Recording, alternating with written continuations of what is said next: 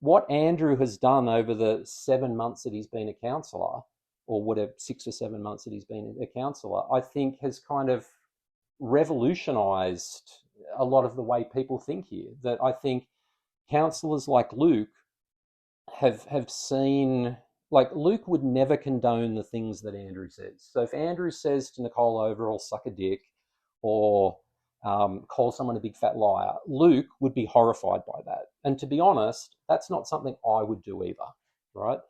But you know what? I'm not going to judge Andrew. And the reason I'm not going to judge Andrew is that I know that Andrew has no other outlet. That if Andrew did what Luke did, nothing would be happening. He would just be writing incredibly well thought out letters to the OLG, which the OLG wouldn't be reading. So really, I think to myself, if someone who is a great intellect like Luke spends his whole weekend writing a letter that anyone with common sense could read in action, if that has no effect, but Andrew saying to someone, suck a dick, has effect, how can I condemn Andrew for doing that? Because he is doing what works. Now, I would blame the fact that Andrew does that on the OLG and on the minister, because if they actually had a workable system in place, Andrew would not have to do that. I've listened to Andrew on podcasts. My wife and I have listened, and we've just gone, Andrew is amazing, right? He is across everything. And during those podcasts, when he's being interviewed by the right person, he's not insulting anyone. He's got better things to do. He's just with someone who they want to get the best out of Andrew, and Andrew gives them the best. But now the tide is turning, hear the sound. It's our home, it's our fight. We stand as one, we'll make it right. We face the flood, the fire, the strain. Independence rise, we'll break their chain. Monaro strong, we won't be swayed. Truth and justice never fade. Gerard Nicol, welcome to the Monaro Zone. thanks, Chris. So, Gerard, just explain a little bit about your background, where you're from, and how you got involved with community advocacy. Okay, well, I'm really kind of an unwilling participant in all of this. I grew up in Sydney. I have a business. We moved our business to Colorado. I lived in Colorado for 10 years. And then just before COVID, I came back and settled in Bombay, which is just outside of Braidwood. So you and I, we kind of live on opposite ends of the Monaro. You're down in Queanbeyan, I'm in Bombay. So we're at either end. So really, I bought a 400-acre property in the middle of nowhere. My nearest neighbour's a couple of miles away. I deliberately set out to not have anything to do with politics, people in general, or any of this. Very similar story to myself. I love it. Continue. Okay, well, along the way, I ran into Andrew. I met Andrew because I was involved in a federal election campaign. Having said that I wasn't going to get involved, I got sucked in. I met Andrew, and I've just been a casual observer of what's been going on down here in Snowy Mountain Regional Council. I've also seen what happens in my own council, which is QPRC. And we're also in the same state and federal electorate. So, Well, we're both residents of the Eden Monaro. Correct. And what's happened is I've met fellow travellers along the way through political connections. So whilst I set out not to be involved in politics, through politics, I've met people I would never have otherwise met, who are, 4 or 5 hours away from where I live, who have similar ideas and, similar concepts of, how life should be lived. So let's hop straight into the mess. What's the most pressing issues facing Queanbeyan right now from your perspective? I think QPRC, like all these regional councils, have a lot of the same problems. On one hand, the government see them as really small and insignificant, But when residents step in and get involved in something that no one else wants to be part of, then all of a sudden they become a national focus, which, that contradiction I find quite interesting. That on one hand you had Luke, the councillor, who was constantly writing to the OLG and the state government about the problems that he perceived in this council, and the government were just ignoring him. So when people criticise Andrew about the way he goes about doing things and say to him, well, look, there are all of these processes that you should be following to bring dissent. You should be talking to the OLG, and you should be talking to the Ombudsman, and you should be talking to ICAC. You shouldn't be on Facebook. Those people obviously have never made a complaint themselves, because if they did, they'd know that all of these things are a basic dead end. So you had a councillor like Luke, who I would say would be, in a sense, the opposite to the way Andrew goes about doing things. That he's very proper, he puts things in writing. He must have spent hours and hours and hours just mentally drafting the documents that he sent through to the OLG, only to get no reply. And then I understand when he did get a reply, the reply was, look, you're a small council, you might have problems, but considering the big problems we have with the big councils, you're not a focus of ours. And then you have someone like Andrew step in to say, okay, well, if you don't want it, I'll take it. I'll step in and I'll help reform this. And then all of a sudden, this council that nobody cared about becomes the state government's biggest concern. And to me, I think that reflects poorly on the state government, because either we're all equal, where if it's a big council or a small council, they have the same concerns, or they take a step back and let this council sort it out the way they need to sort it out. So if the other councillors have concerns with Andrew, I think the way for them to do it is to work through that. And I don't think they've gone through that process of working through it, that they went straight to the state government the minute that he was elected to try and work a way of getting rid of him. And what the state government should have said, and this isn't just my opinion, this is just like common sense. The state government should have said, look, you shouldn't be prejudging people. What they said before they were a councillor is different to what they say as a councillor. You should give Andrew the benefit of the doubt, and you should not show any prejudice in the way that you deal with him. And sure, if they went into it in good faith in the first place, and Andrew misbehaved to a point that couldn't be fixed in any other way, then of course go through the process. But what these people do is they pick and choose what parts of policies should be applied to different people. So this is something that I found dealing with my council, is that, I run a business, and in my business, I have customers who expect me to have policies in place. That, in IT, there are all sorts of standards that, we have to spend tens of thousands of dollars to get compliance just to be in the game. And it's all about, if you have a policy, you have to follow it, right or wrong. So the first thing that I do when I'm dealing with the council is, I want to work out what my rules of engagement are with the council. So I go through and I read all of their policies, especially the ones relating to service level agreements and customer service, but also things like the unreasonable complainant policy. And I ask questions. I go, well, look, if I'm going to make a complaint, how many complaints can I make before you think I'm being unreasonable? And what happens, because the staff don't know the policies, the councillors have passed the policies having not read them. You get a whole lot of misinformation about the policies on the get-go, so you don't really know where you stand. You read the policies, you take them at face value, and then what you find is that when you go to the staff and say, look, this is your policy, you're not following it, they look at you like, what are you even talking about? Because firstly, they haven't read the policy. And if you force them to read the policy, they'll then sort of say, well, these are just guidelines, you know, these, we don't really have to follow these. These are kind of at our discretion. But then when they starting to get irritated with you, they go and read the policies. And they don't read the policies holistically. They look through the policies to find the bits and pieces that they can use against you.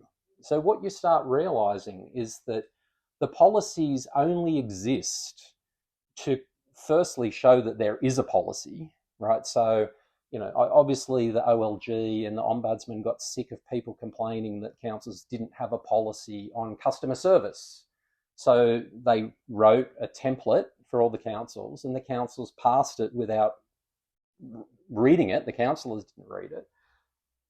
So that in itself creates a huge amount of conflict with these councils. So for instance, our council has a service level agreement that if you email them, you'll get a response within 3 days. Now, I didn't know that when I first started emailing the council.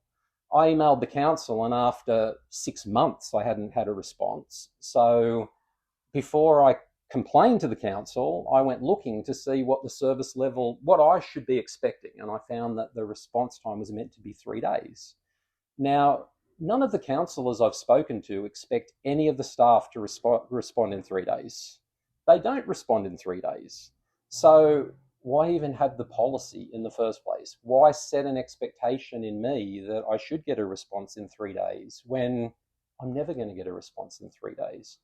So really, I suppose, in my dealings with the council, and what was really a trivial matter that could have been fixed very simply, that ended up dragging on for 5 years, is that you end up suffering what they call a moral injury, that just dealing with these people offends you, that you kind of go into it thinking, these are people that I would never deal with otherwise, that I have to deal with them. They look at you like, I don't want to be talking to this guy either. So you try and reason with them and say, look, we don't want to be talking to one another. Let's wrap this up as quickly as possible so that we don't have to deal with one another. And all of a sudden you start to realize that that concept of negotiation is foreign to them. So you think that, you know, if you're someone who's spent your whole life in government, you've never had to negotiate anything. You got a job, and then you worked your way up the chain. The amount of pay you got was set, right? That there was no concept of going in and saying, look, I'll do this job for this much, or I'll go somewhere else. There's no negotiation in these people's world. But for someone like me, my whole world is negotiation. So if you have a problem with the council, you just go in and you try and reason with them, which is kind of ironic that they have the unreasonable complainant policy, because from my experience, the people who get put on the unreasonable complainant registry are the ones who didn't give up on trying to reason with the council, and the council don't understand the concept of reasoning. So in the end, they just get frustrated and basically label you as unreasonable, even though you're the one who was the reasonable one. I love the way that you've unpacked this issue, and I think you hit the nail right on the head. I think part of the problems that you initially talked about was the initial phases of Andrew coming in the council. And you have this conflict of those that have lived in the real world and those that have been brought up in a bureaucracy. So much so that I think right now the big issue with Andrew being suspended, it's not over these 18 or 19 codes of conduct. It's specifically over calling somebody a big fat liar and misgendering somebody. And from a outside observer like myself looking in, it just seems so ridiculous that you would suspend someone for just calling somebody a big fat liar and misgendering somebody. But that's because I'm looking at it from a real world perspective, where in the real world, you're often offended and you have to just move on. But in this bureaucratic world, if you offend somebody's feelings, they can shut you down.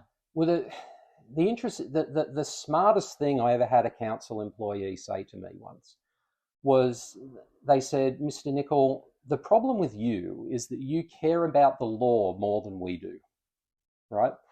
And what happens, especially when you're from the city and you move to a place like this, look, I'm a justice of the peace. That means I don't have a criminal record.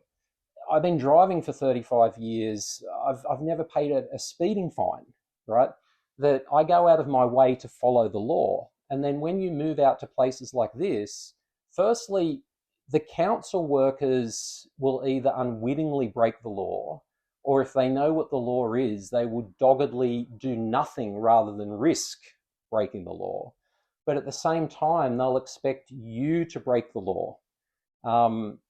So, for example, if you live in these areas where there are rural roads that the council have decided they don't want to maintain anymore. I know in your municipality, they tried to pass a policy where they were going to drop roads and not grade them anymore, right?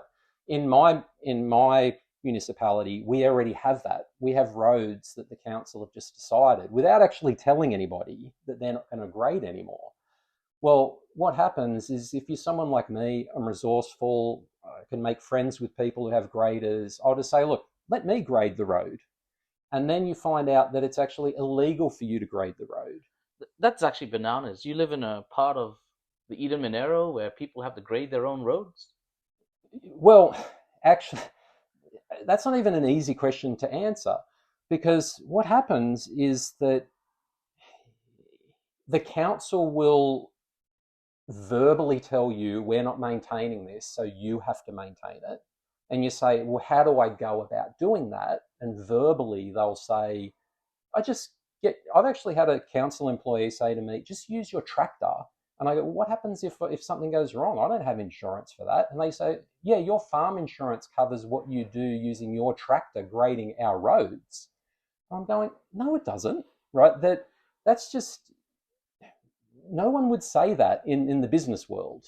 You've hit on a really important topic, I believe, because in our region, I think there's a cohort of people that thinks we can keep on overspending. We don't have to bring the budget into deficit, and they don't realize that there may well reach a point that we can't maintain some of our roads, and we'll end up just like your situation, where people have to maintain their own roads. Well, I think what happens is that having lived in the city, you don't have these problems, because what happens is that no matter how insignificant a road is, it's still going to have 200 or 300 people hanging off it. And it's going to at least be a rat run for people trying to get to work, right? So if the council just arbitrarily decided to drop support for that road, there would be enough angry people, and there would be a lot of other people who are consequentially affected by that it's just inconceivable in the city that would happen. But what happens is in the country, and especially because the staff don't understand even how the country works, right? So during last year, the road to my house got completely flooded. It was completely impassable. In fact, the council engineer who came out to see it had to be chauffeur driven out in a 4-wheel drive because he was too scared to drive on the road, right? That they had to find an employee from Braidwood just to take him in to look at it, right? And they looked at it and they said, okay, yeah, well, this is a dangerous thing. And even the council employee who drove the engineer out said to me, yeah, mate, there's no way I'd let my wife drive on this, right? And I'm going, it was kind of a flippant thing. It was his advice trying to give me good advice, but I can't really work with that. I can't go home and say to my wife, well, look, the council employee told me that I can drive on it, but you can't, right? The council employees just say these things in good faith. They're just trying to do the right thing. So what happened was the council, I wrote to the council general manager, it was the acting general manager at the time, and I said, well, look, I'm stuck in my house, right? That from my house to get out, I have to go through a council road, and the council road is currently in such a state of disrepair, your own staff have to be chauffeur driven out, and the staff that chauffeur drive them are telling me that my wife can't drive on the road. What are we going to do about this? And then the acting general manager came back and said, well, you can just drive through all the other farms to work your way through to another council road. And I then had to explain to the acting general manager that we have farm biosecurity, right? That farmers just don't let other people drive through their farm, even if they like them, because they bring pathogens through their farm. So, if you've got a certain degree of certification on your farm, you just, even if you want to, you can't let people drive through your farm. So then you start having to explain to, someone who's earning $500,000 a year that there's a thing called farm biosecurity, and they're based in Queanbeyan, so they don't know about any of this. And then you say, well, who told you that I can just go through the other farms? And they go, oh no, I'm not telling you. And then they shut down on you. So that's probably my biggest frustration dealing with QPRC, is the fact that there's absolutely no accountability for what they tell you, right? So you can ask them a basic question like, well, okay, I get it, you don't have the money to grade the road. Who will grade the roads? And the funny thing is, as a libertarian myself, the libertarians say, but who would grade the roads, right? That, as libertarians, we've got no problem grading the roads. We think it's a joke that the government think that only they can grade the roads. The problem is that I don't want to go to prison for grading the roads. So either the state government have to change the law to allow me to grade the roads. And then I'll say to the council, well, look, let's say hypothetically you say that I can grade the roads. Does that mean that someone in Queanbeyan who has a pothole out the front of the road can go and put bitumen in it? And they go, oh, I don't know, right? And once again, they haven't thought any of this through, because what they do is when they get put on the spot, they just blurt something out. Doesn't matter if it's lawful, doesn't matter if it's against policy, doesn't matter if it's nonsensical. And the problem you have with most of the councillors is that the councillors will never push back on that. So if they go in on behalf so firstly, as a resident with a problem, if you email all 11 councillors or all 12 councillors or whatever it is, you will never get a response. And the reason is they go, well, he's made the classic mistake of emailing all of us, right? What you've got to do is you have to contact one of them. Now, a lot of people don't know where to start. Who do they contact? I suppose if you're a member of the Labor Party, you contact the Labor councillors. But if you're apolitical like me, who do you contact? You don't know who these people are. But what you have to do is you need to corner these people, pick up the phone and say, look, this is my particular problem. Now, firstly, very few councillors even have the intellectual capacity to understand what the problem is, right? They can't conceptualise it, they don't listen to you. But even if you can get a councillor to take on your cause, what will happen is they will then write a letter to the general manager. The general manager will say, thank you for bringing this to my attention, because the general manager already knew about it, right? Because by the time you're going to a councillor, you've already been through all of the stuff. And then what happens is the general manager says, leave it with me. The councillor won't chase that up, right? So then you chase up the councillor a month later. How did you go with that? So it's almost like sales. If you've ever worked in sales, you have to constantly keep contacting people. And that's what you have to do with the councillors. When the councillor finally gets a response from the general manager, it will be some nonsense. And they'll forward that back to you, maybe, right? The general manager might get one version of the councillor might get one version of what the general manager says and then give you another version back. So you have this Chinese whispers thing going on. But even if what the general manager actually said gets back to you as a resident, you just go, but hang on, that doesn't make sense because of this, this, and this. Well, the councillors should have that knowledge too. The councillors, when the general manager says nonsense to them, should be able to say, well, that's actually nonsense. So if the general manager says to a councillor, well, Mr. Nicol, I've looked at his problem about grading the road and I've spoken to the staff and the staff have said he can maintain the road himself and he doesn't have to worry about insurance because his farm insurance covers anything he does on our roads. Like any councillor with a brain should be able to say back to the general manager, that's nonsense, right? That you can't get farm insurance that covers using your tractor to grade a public road. But these councillors don't do this.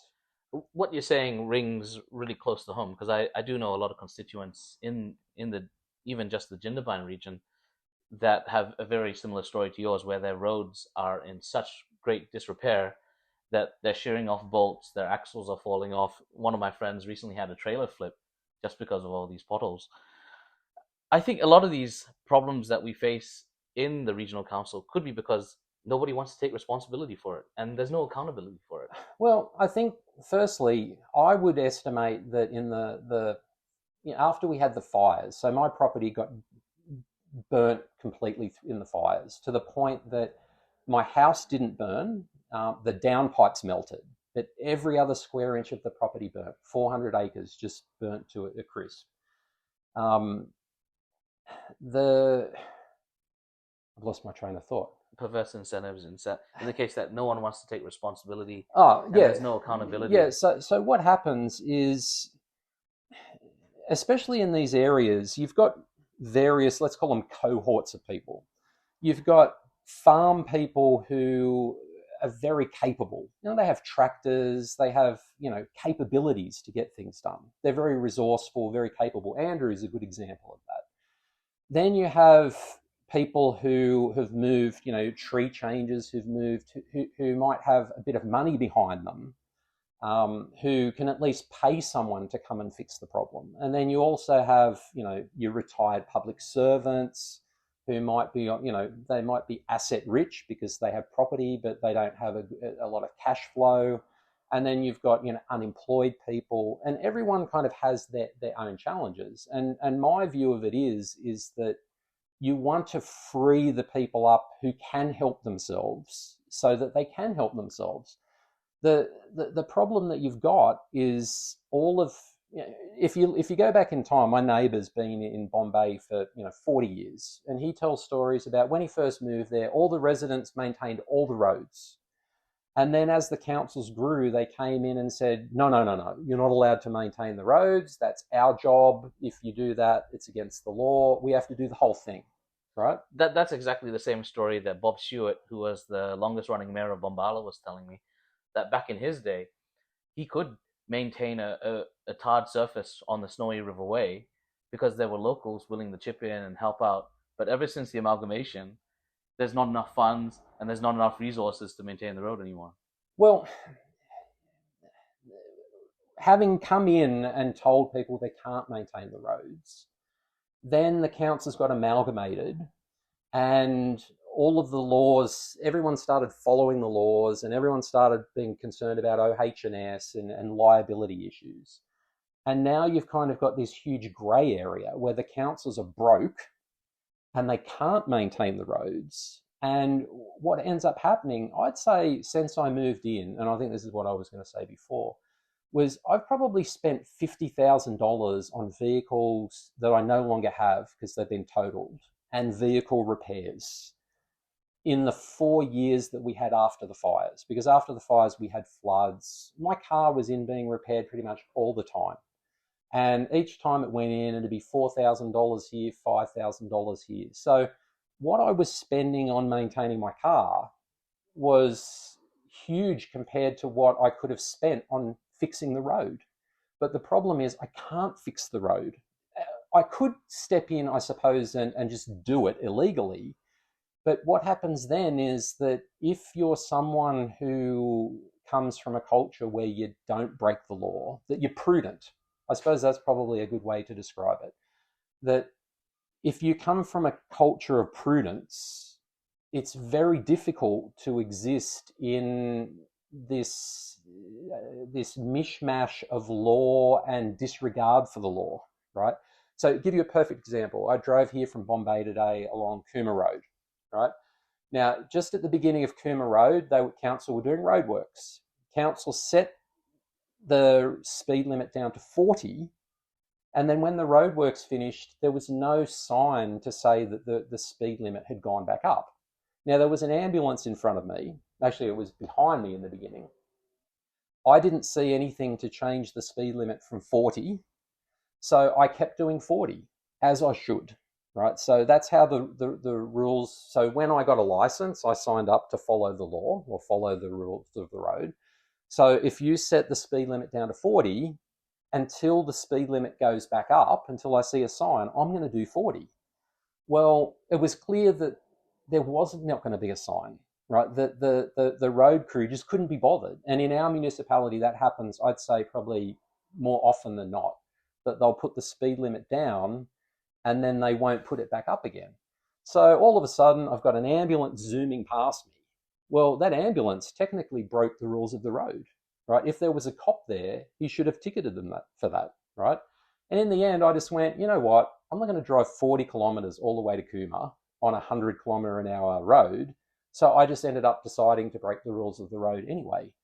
So what happens is that the council, they basically expect you to break the rules of the road. I've been driving along Braidwood Road, which goes from Goulburn to Braidwood, and I'll be doing the speed limit, and there'll be a council truck behind me, like a B-double full of rock, with the driver waving his arms in the air. Why aren't you speeding? And you go, well, I'm not speeding because I'm not going to break the law. Now, it's interesting, you know, this label that Andrew gets of serial pest, right? Ironically, most people would call someone who does the speed limit in this area a serial pest, right? Because if you get on Facebook and you say, look, I got video of a council truck 2 meters away from the back of my car doing 70 kilometers an hour, and then the guy waving his arms and going over double yellow lines to get in front of me. Most people will respond with, well, you should have gone faster, because if the truck wanted to go faster, you should have gone faster, right? So you're the serial pest here, and you're the serial pest because you're not willing to break the law. And that's the real irony that I get of living here, is that I think you're dealing with a mix of, you know, just entrenched recklessness all round. That the residents, a lot of them are reckless. The councillors, you know, are representative of those people, and they're reckless. So you're not going to get anywhere with that. So what do you become reckless too?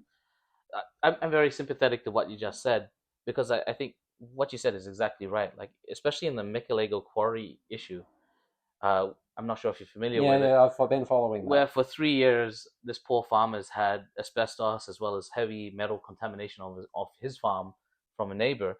For 3 years, he had no action on this issue at all. None.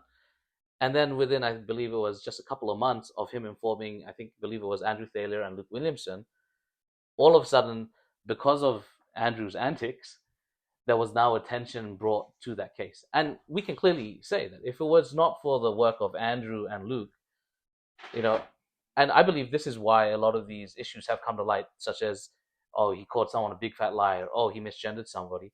If it wasn't for Andrew pushing so hard, a lot of these topics would have remained silent or brushed under the carpet. I think, having watched, you know, as a JP, I swore Andrew in as a councillor. And that was because at the time the council were threatening to not let him attend council meetings, which was clearly against the law. That, you know, the council just decided unilaterally, we're not going to let him even attend a council meeting, even though he's been duly elected. And Andrew got into the act and he read the law and he said, well, look, I can be signed in by a JP, and he asked me to do it, and I came along and did it. I've had some interactions with ABC journalists in my journey since I've lived in the bush.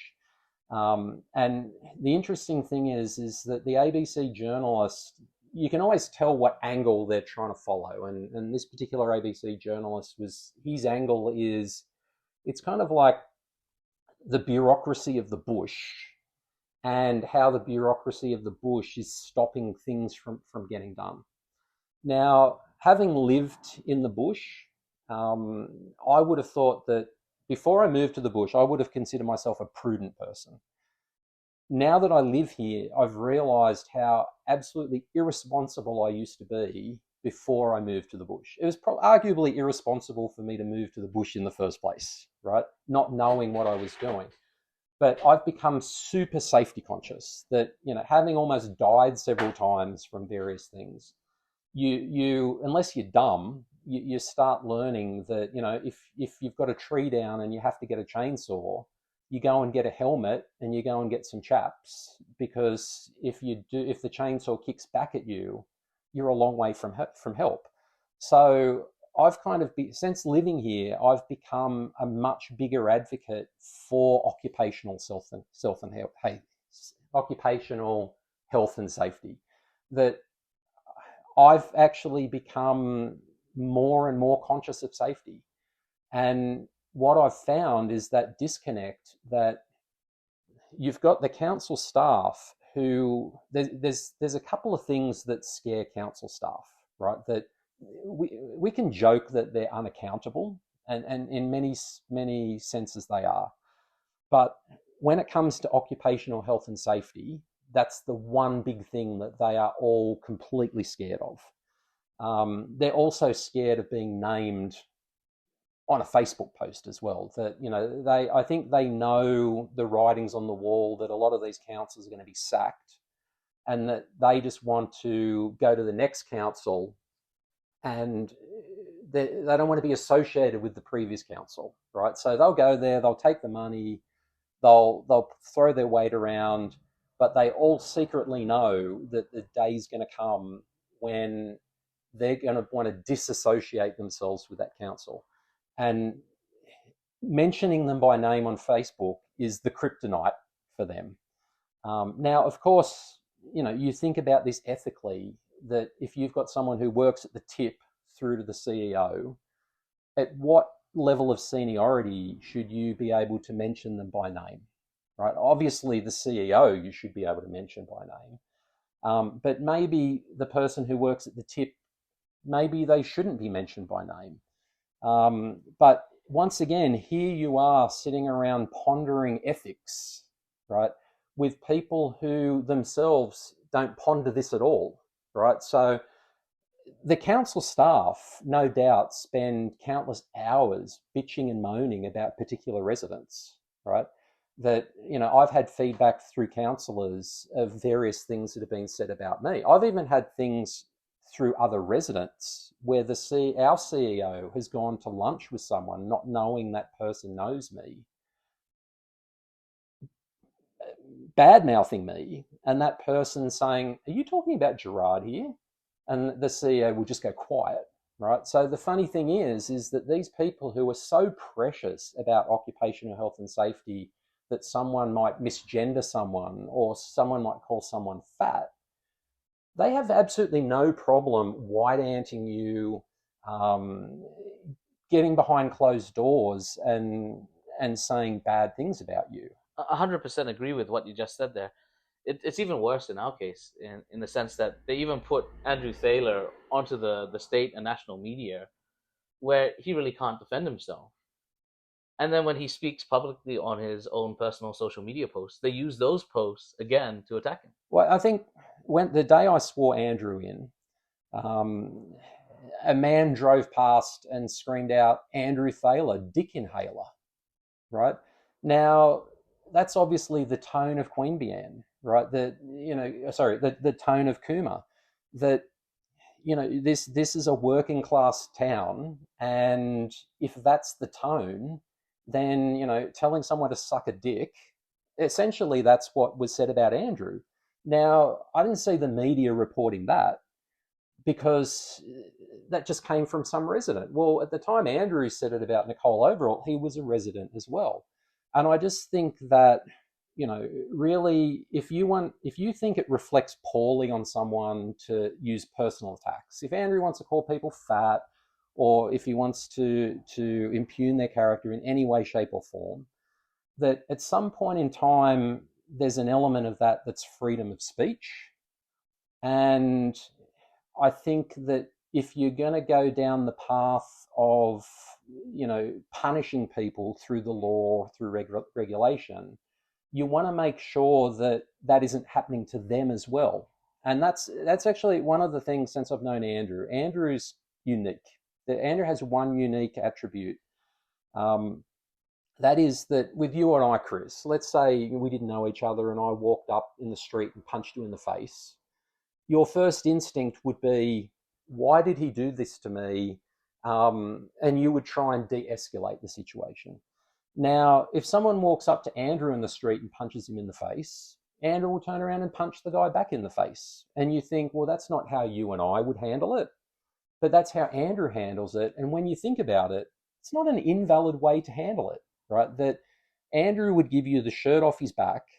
He would bend over backwards to help you if you're nice to him, right? But if you're mean to Andrew, Andrew will be mean back to you.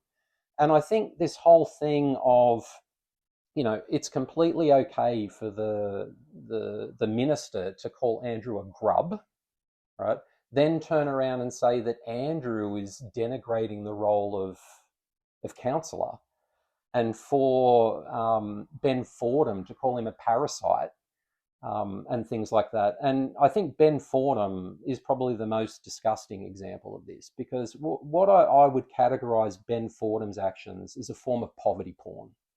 That, Ben Fordham no doubt lives in a nice house somewhere on the North Shore of Sydney. He probably went to a private boys' school, right? And here he is passing judgment about what happens down here at Cooma, having no concept of what's going on down here, right? So he'll call Andrew every name under the sun, and then have Nicole Overall on his show to say that Andrew is he's exposing the confidence trick of governance.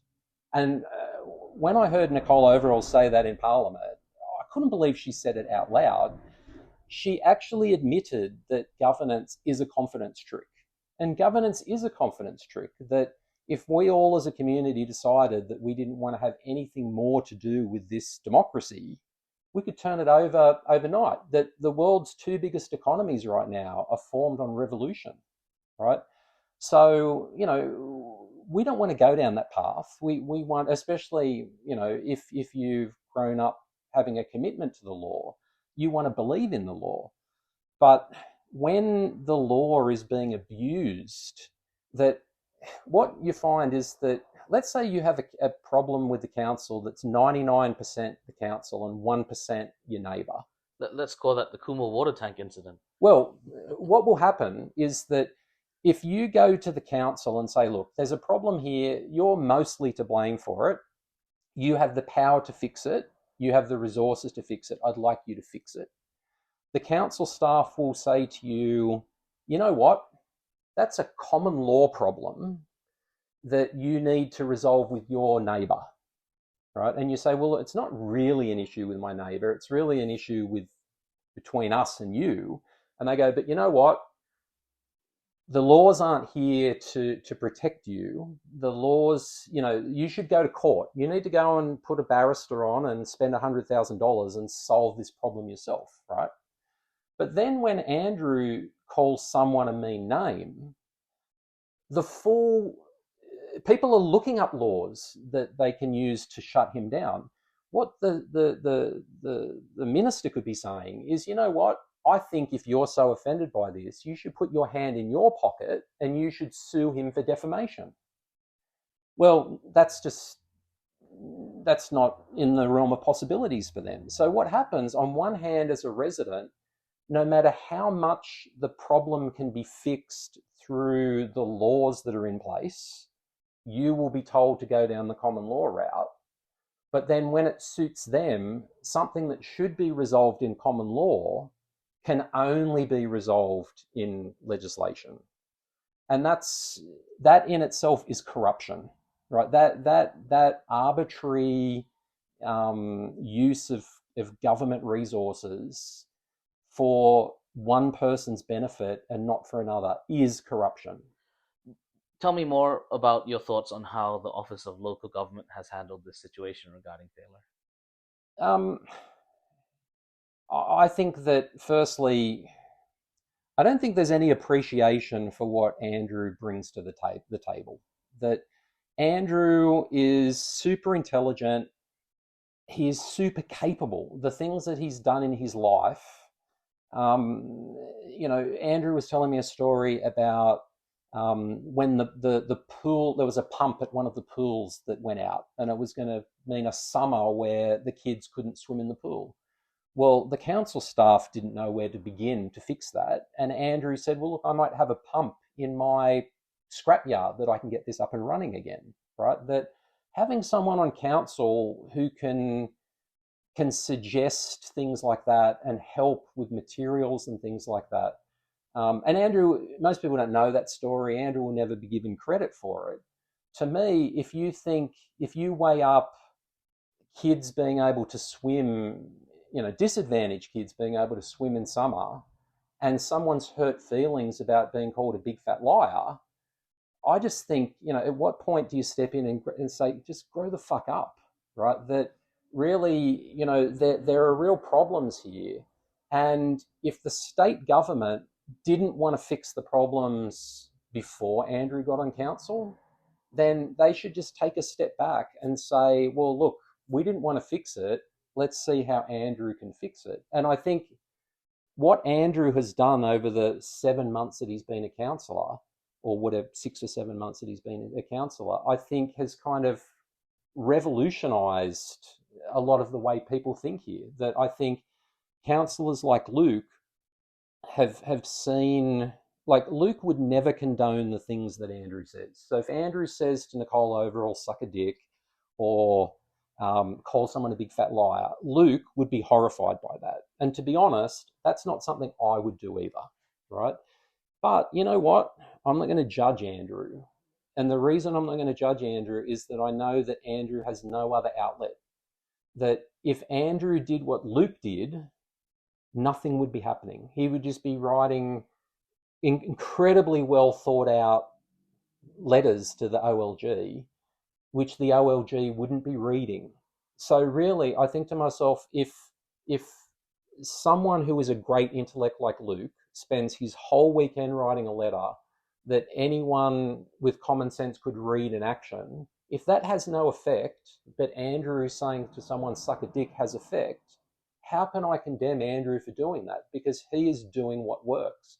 Now, I would blame the fact that Andrew does that on the OLG and on the minister, because if they actually had a workable system in place, Andrew would not have to do that. I've listened to Andrew on podcasts. My wife and I have listened, and we've just gone, Andrew is amazing, right? He is across everything.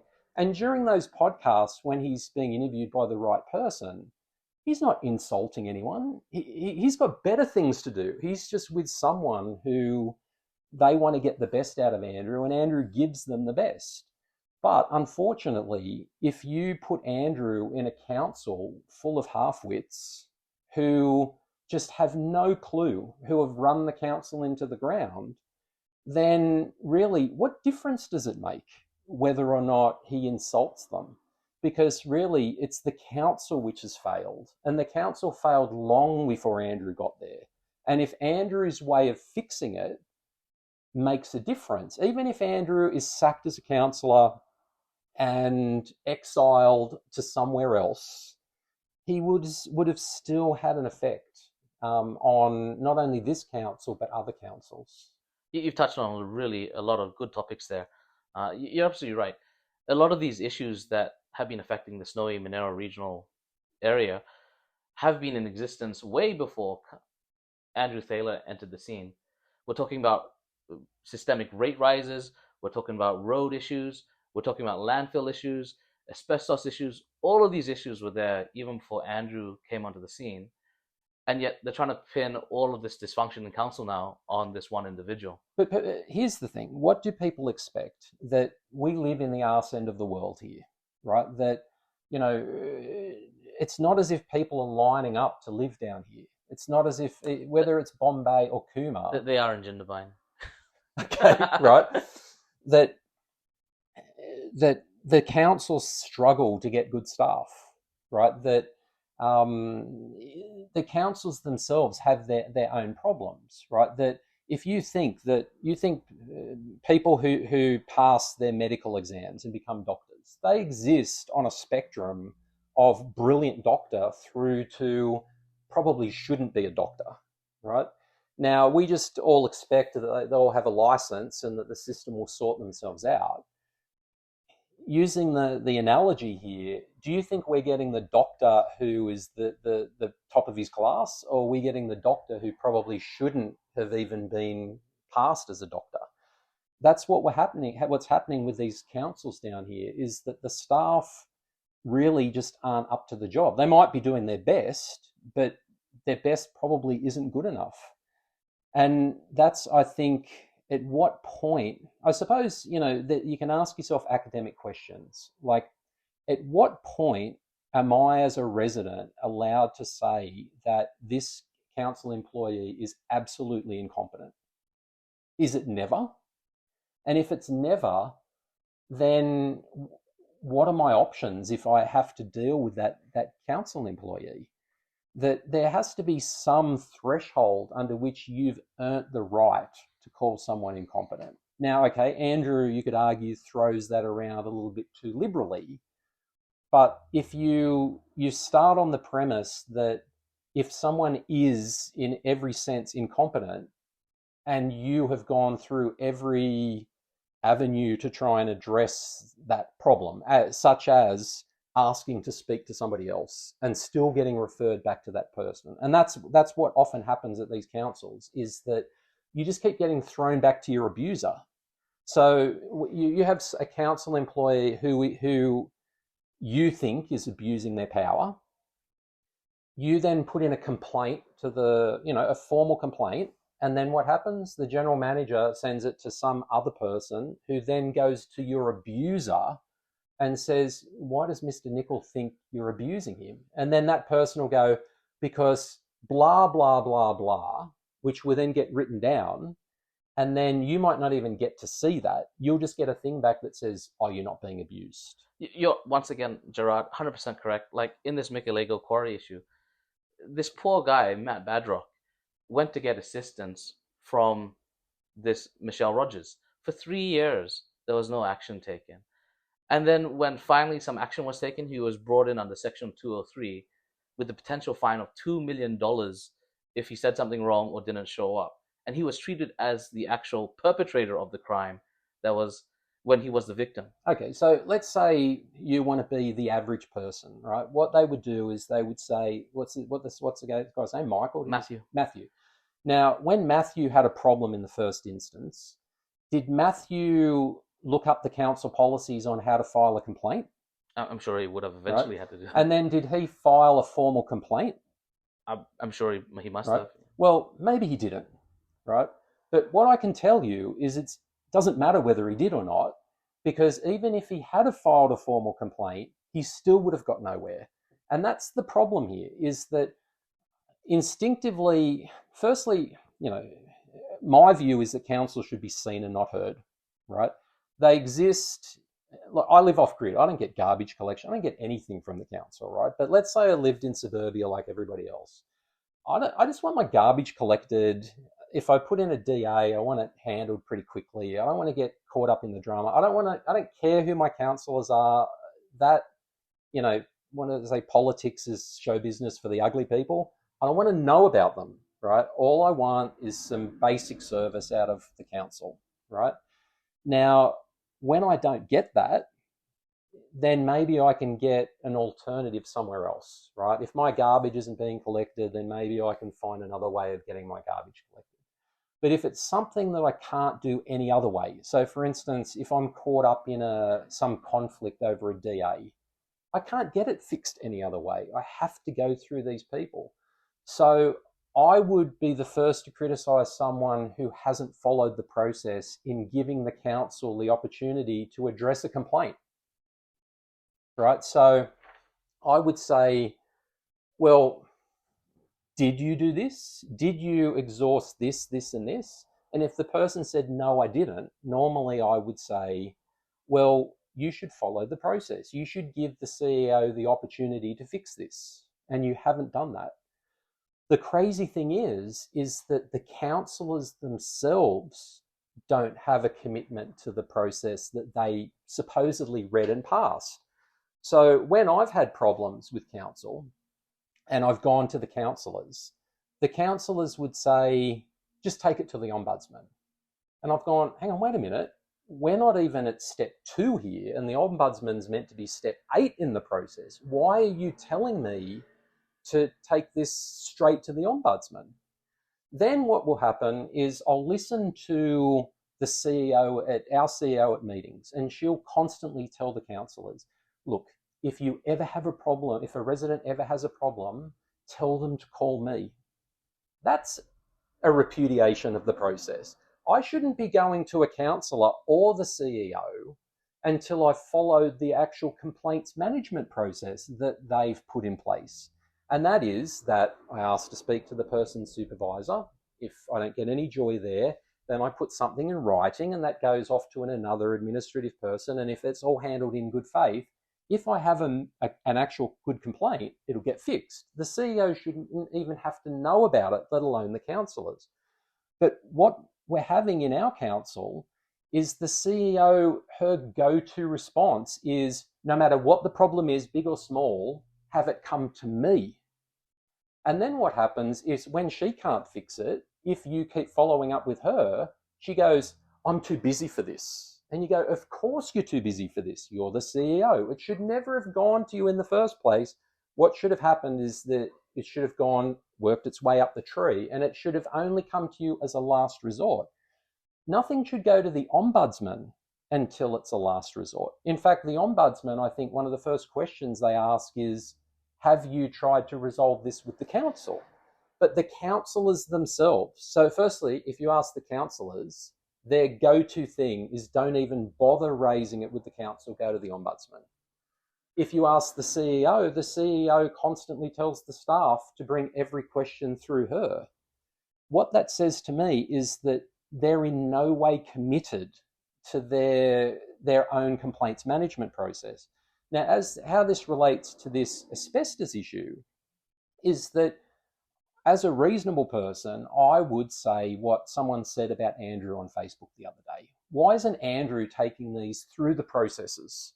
And that's what I'd say to the guy who has the asbestos problem. But I wouldn't say that to him now because I know that he will get absolutely nowhere through that process because the council will never actually say, you are correct, the person who you have been dealing with in the first instance has not been doing their job. What they'll do is they'll try and cover up for that person at all costs. And it's so reminiscent to me of you hear these stories of, boys being molested by the church, right? That what happens is that the minute that you go in and say, I'm being molested, the whole machinery does everything it can to shut down the allegation, right?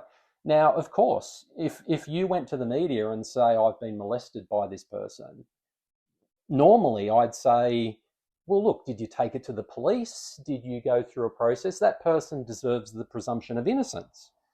But now that I'm in my 50s, I'm starting to realise that when you're dealing with these huge bureaucracies, their whole mechanism is about shutting down complaints. And there is absolutely no way to get your problem heard. So when this guy got dragged in, heavy-handedly, and cross-examined as to whether Andrew dumped the asbestos on his property, that was a huge abuse, right? If that's actually what happened. I've got no reason to say anything else. I completely believe it. What's going to happen to the person who did that, right? That person completely abused their power. What is going to happen to that person? Now, if that's the person that Andrew's currently misgendering, okay, I think we should handle both, right? I have trans friends and I have a weird libertarian take on transgenderism. I think that how we express our gender is like a huge freedom of speech issue, right? And that also comes down to men who are masculine. If I'm a man who's masculine, I don't think it's for anyone to say that masculinity is toxic, right? That's my freedom of expression. And if someone who was born male decides to present as female, that's their freedom of expression as well, right? So I have my own personal issues with the way Andrew dealt with the transgender person, right?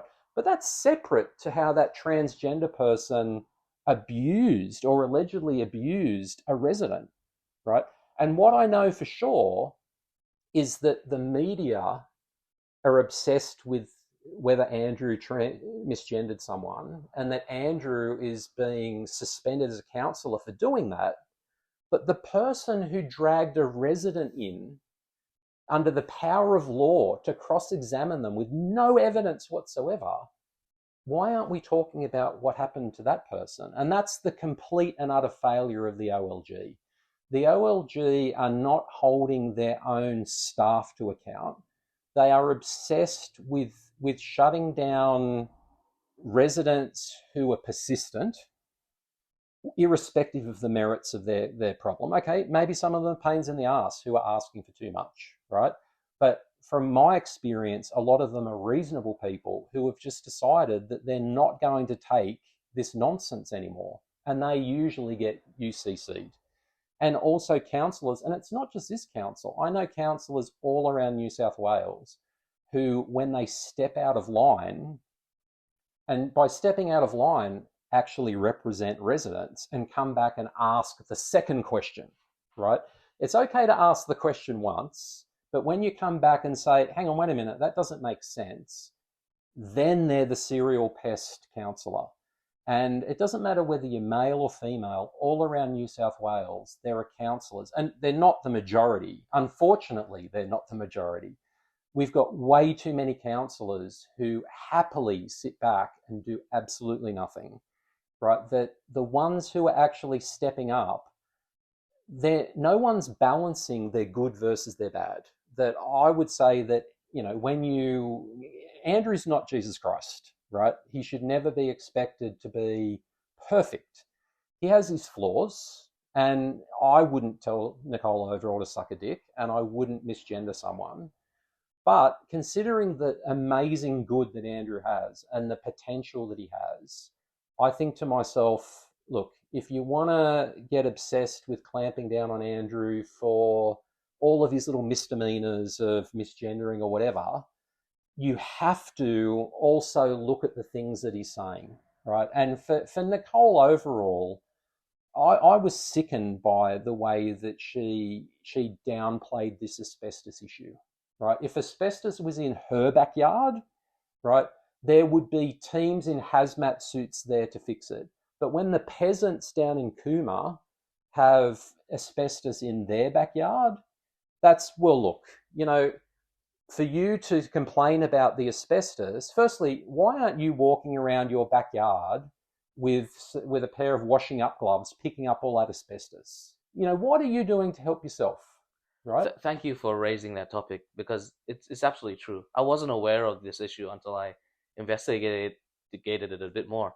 But what you said is absolutely right. If any of those councillors or any of those council staff had been put through what these water tank victims in Cooma have been put through, they would have been remediated straight away. I'm sickened when Andrew told me this story, and also Peter Anderson. And, you know, Andrew is highly intelligent, Peter Anderson as well. Peter's home wasn't affected. I often ask myself why Peter has gone through what he's gone through. And the reason is that I think for men of our age, we were all raised under the social contract. And irrespective of how many times we've seen the social contract ripped up, mainly by the left, we still have a commitment to it. And especially as it relates to working class people. I'm sickened by the fact that Nicole overall has done absolutely nothing to help working class people who have next to nothing, who have asbestos washed through their houses. I'm sickened by that, right? Because I know that she would not tolerate that for her family. And really, the fact that she thinks she has the high moral ground here, like, I'm not going to tell her to suck a dick, right? I'm not going to personally attack her. I'll attack her on the facts. And the facts are that she is a woman who has done absolutely nothing to protect the working class of Cooma. and has somehow managed to bounce into a highly paid MLA job, MLC job. She was a hopeless MP. And, you know, I know Andrew had his issues with John Barilaro. I actually had good experiences with John Barilaro. I'm not saying he didn't do a lot of the things that were alleged, but for me, he was a good representative. Nicol wasn't. John Barilaro had good staff in his office. Nicol had terrible staff in her office. She just didn't care. And for me, because my issues were related to the council and her husband used to run the council, I was up against nepotism. I was up against really a family business of politics in this area where she did absolutely nothing to help. That I'm not going to personally attack her. I'll attack her on her record of being a really inept MP. And I don't think Steve Wan is any better. That really, I think we deserve better here. And I think, you know, having grown up in the city, people in the city are entitled, right? And, you know, not that long ago, people like Malcolm Gladwell were writing about how entitlement is a positive thing. What I find here is that these communities are self-defeating, that they will go out of their way to shoot down anybody who can help them. So in my particular case, I had a road issue. Every tradesperson that came would go, "You'll never get this fixed. No one ever gets this fixed." Well, I got it fixed, right? I would have expected people who have way worse problems than I have. So my road issue was bad, but it wasn't the worst. And there are people who have way worse problems than I had. I would expect for those people to be lining up, "Gerard, how did you fix your problem? Can you help us fix our problem?" But they don't. And the reason is because if I can help them, that's them admitting that they weren't able to help themselves. But who gives a shit, right? If you live on a road that an ambulance can't get to, who cares who helps you, right? Who cares if Andrew helps you? You know, that I'm sure there are people who will get on Facebook, you know, because everyone's got way too much time on their hands, get on Facebook and put shit on Andrew as someone who is just scum of the earth. But one of those days, those people are going to have a problem and find out that the only person who would actually comprehend their problem is Andrew. I'll speak in his defense on that. I have come across some of those people who in the past have slagged on him, and then when their cases couldn't get fixed, they did approach Andrew for help.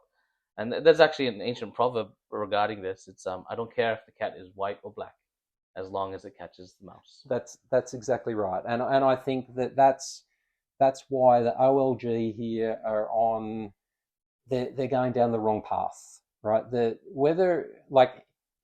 If Andrew disappeared off the face of the planet tomorrow, in effect, it reminds me in many senses of like the Palestinian conflict, right?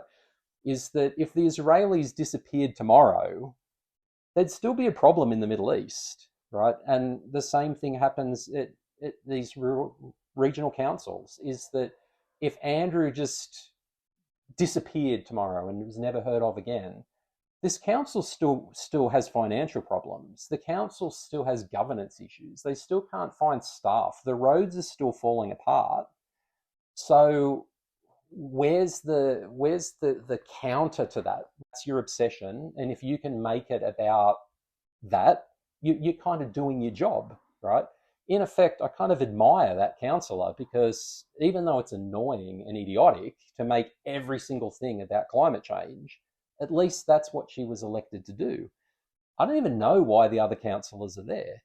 That they don't seem to have any interest or passion for anything other than their own prestige in being a councillor. I've got news for you. There's no prestige in being a councillor of a shithole that the rest of New South Wales comes to ski at and then leaves, right? And I say that as someone from Bombay, which is probably a bigger shithole than Cooma, right? That when the people from Sydney read in the newspaper these attacks against Andrew, they're laughing at this whole area, right? They don't know who Andrew is. Andrew could go to a party in Balmain and people would go, "Oh, you're that guy. Cool. Cheers," right? It's poverty porn, right? That Ben Fordham, Nicole Overall are involved in this poverty porn of, you know, screwing over the working class and crying victim over things that really, look, would I rather be told to suck a dick or have asbestos in my yard? Tell me to suck a dick any day of the week, right? Because I don't want my kids playing with asbestos. But Nicole Overall seems obsessed with the fact that Andrew talking about asbestos erodes confidence in governance. Well, you know what? At no point did she dispute that there's asbestos there. She's only concerned that people might find out the emperor has no clothes. And that's really, to me, the worst of representatives. Thank you so much for your time, Gerard. Really appreciate your insights. You've given a lot of food for thought. Anything you would like to add? No, well, firstly, I'd just like to congratulate you on what you've done. But, you know, I think the video, I watch the videos that you make. And personally, I want to be in a position where I don't have to watch them. I watch them because I think I admire what Andrew's done here. It's unconventional, but he's found a way to break through. And I admire what you're doing because you might not be perfect, right? This isn't Joe Rogan, right? But the perfect should never be the enemy of the good. And I think that these videos that you're doing is good. And I would hope that someone in power actually listens to them and realizes just how broken their system is, with or without Andrew. Thank you very much, Gerard. It's our fight.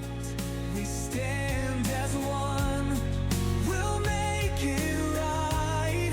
We face the flood, the fire, the strain.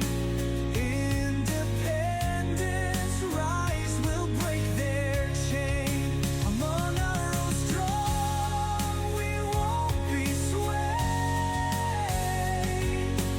Truth and justice never fade.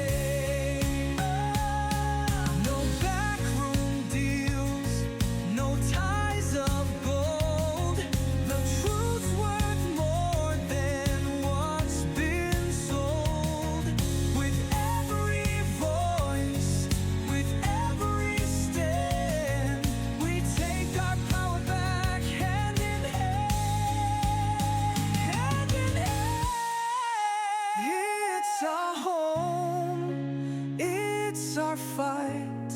We stand as one, we'll make it right. We face the flood, the fire, the strain. Independence rise, we'll break their chain. Monaro strong, we won't be swayed. Truth and justice never fade.